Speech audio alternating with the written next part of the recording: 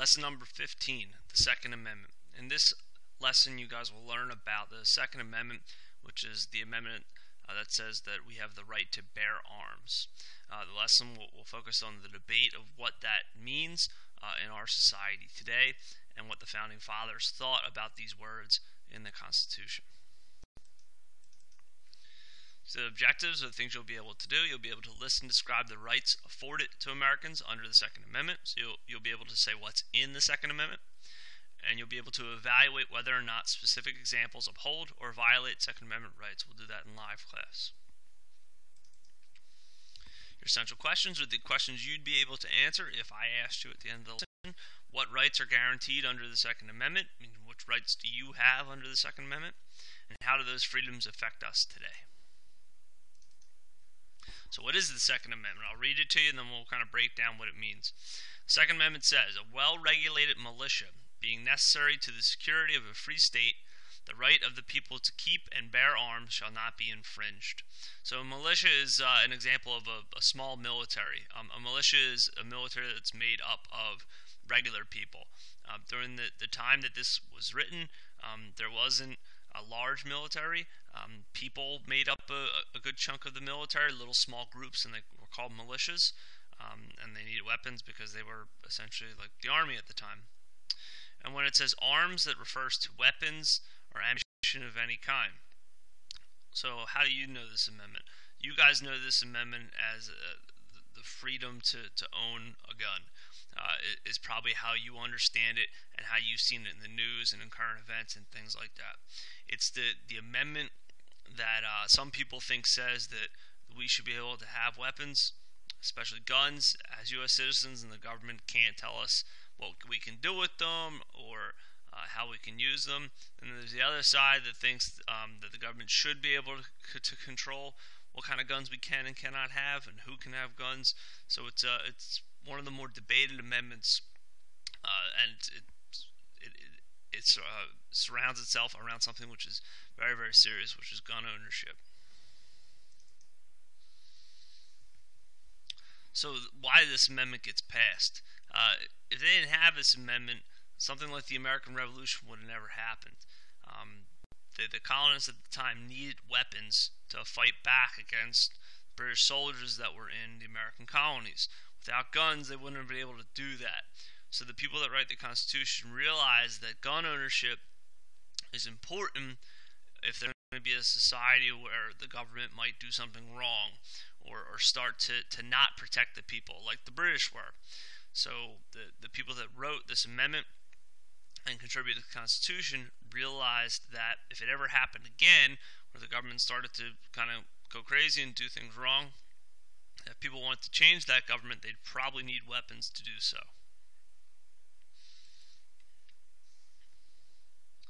Some of the Founding Fathers are the people that contributed to the Constitution, had a lot to say about the Second Amendment. For the most part, they liked it. I'll read you the quote. This one's from George Mason, who's one of the people that wrote the Second Amendment. It says, I ask, sir, what is the militia? It is the whole people. To disarm the people is the best and most effectual way to enslave them.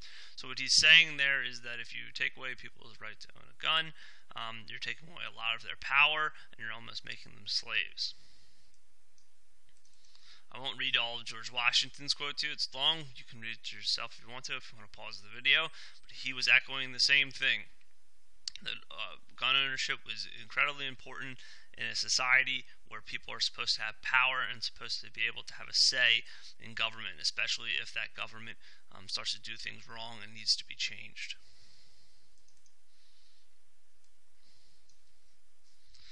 Thomas Jefferson, along the same lines, and he was somebody who usually disagreed with those first two guys that you saw. So it was interesting that he saw the importance in the Second Amendment as well. He knew that what was great about it was the only time it would ever have to be used is if they tried to take it away from them, meaning that if the government ever started to get too crazy, taking away people's rights, that's when the Second Amendment would really come into play.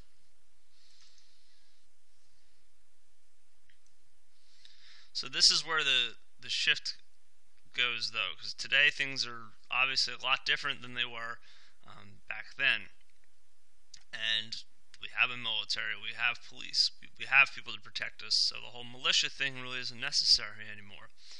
But that amendment still exists. So people debate on really what it means. Does it mean that we can all have guns and the government can't say anything about it? Or does it mean we can have guns, but the government still has the duty to protect us, even from each other, so they should be able to control who can and cannot have guns and what kind of guns we can have. So it's something that's very, very highly debated in this country. So there's some people that support having guns. They don't think that it should be regulated or changed too much at all. It calls people pro-gun. An example of that is the National Rifle Association, the NRA. You've probably heard of it before. They think that kind of like what the Founding Fathers did, which guns are supposed to be something that are there for law-abiding citizens. It shouldn't be taken away, and it has to be there in case the government ever starts to do something wrong, and the government needs to be changed in some way. The other side of it are people like the advocates of the Brady Law.